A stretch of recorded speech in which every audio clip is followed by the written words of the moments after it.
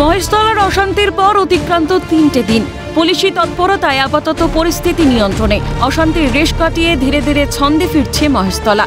স্থানীয় প্রশাসনের তরফে আশ্বাস পেয়ে আকড়া ফটক বাজারে দোকানপাট খুলেছেন ব্যবসায়ীরা, কিন্তু শনিবারও বিশেষ চোখে পড়ল না ক্রেতাদের। উদ্বিগ্ন বিক্রেতারা।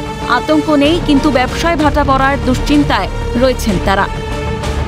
ইতিমধ্যেই এলাকাবাসীর পাশে দাঁড়িয়েছেন ডায়মন্ড হারবারের সাংসদ অভিষেক বন্দ্যোপাধ্যায়। সংঘর্ষে বিপর্যস্ত একাধিক পরিবারকে সাহায্যের নির্দেশ দিয়েছিলেন দলীয় নেতাকর্মীদের।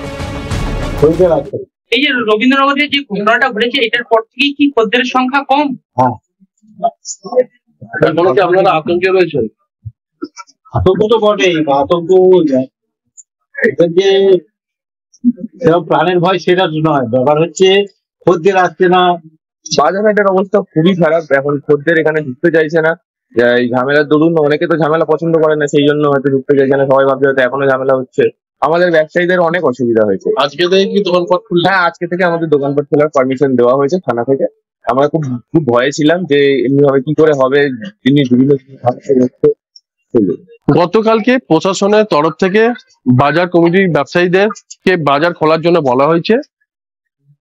সেই মতনই আজ সকাল থেকে রবীন্দ্রনগর আগরা ফটক যে বাজার পুনরায় আবার বাজার খোলা শুরু করেছে।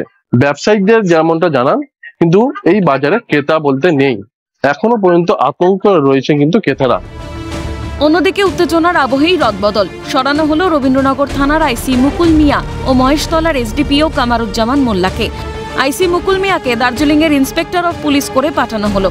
তার জায়গায় রবীন্দ্রনগর থানার আইসির দায়িত্ব নিচ্ছেন মালদা রতুয়ার সার্কেল ইন্সপেক্টর সুজন কুমার রায়। পাশাপাশি মহেশতলার এসডিপিও কামারুজ্জামান মোল্লাকে স্টেট আর্মস পুলিশের 3rd ব্যাটালিয়নে পাঠানো হলো। মহেশতলার নয়া এসডিপিও হয়ে আসছেন সৈয়দ রেজাউল করিম।